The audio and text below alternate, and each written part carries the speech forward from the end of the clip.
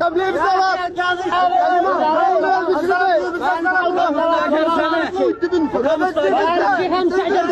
ولا نشيء شرع الله. احنا كفانا لما يخرج القاضي. ما يخرج القاضي ولا غريم. يحيى المنصور. الغريم يحيى المنصور. ما حد يقدر. ابو النافذ النظام قاني. اعدام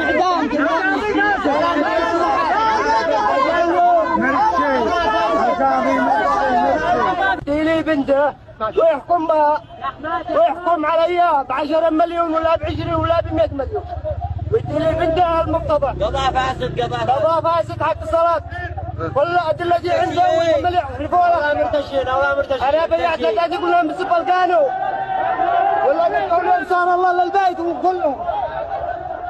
بسم الله الرحمن الرحيم والصلاة والسلام على رسول الله. حضرنا اليوم قضية الطفل الجنة. كان الحكم حكم ظالم حكم جائر. حكم القاضي ب15 عاما حبس للمتهم وأيضا تعويض 5 مليون ريال. حكم لا يرضى به أي شخص عادي لا دين ولا شرع ولا قبيلة ولا أعرف سماوي نزلت بهذا الحكم.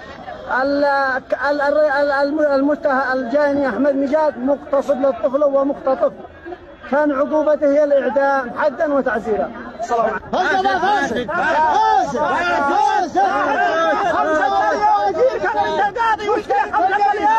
يحبس لي لو ما اموت وانت بنت اركبها ويحبس لي لو ما اموت. معي 5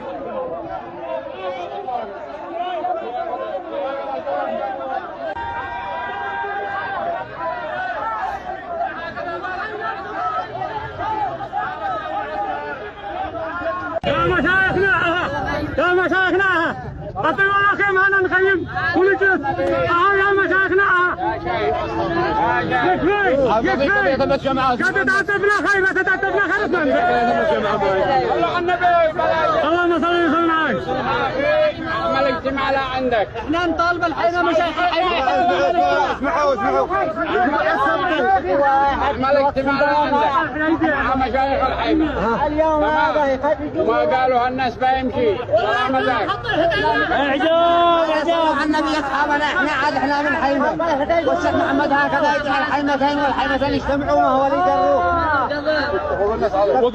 واحنا باقيين حالنا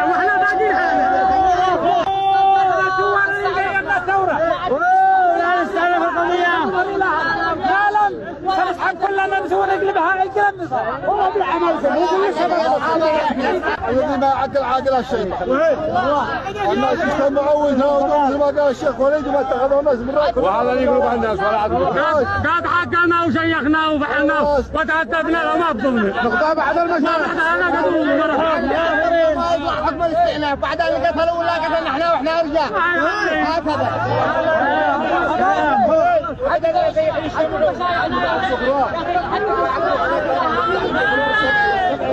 بعد مبرر الاجتماع على 70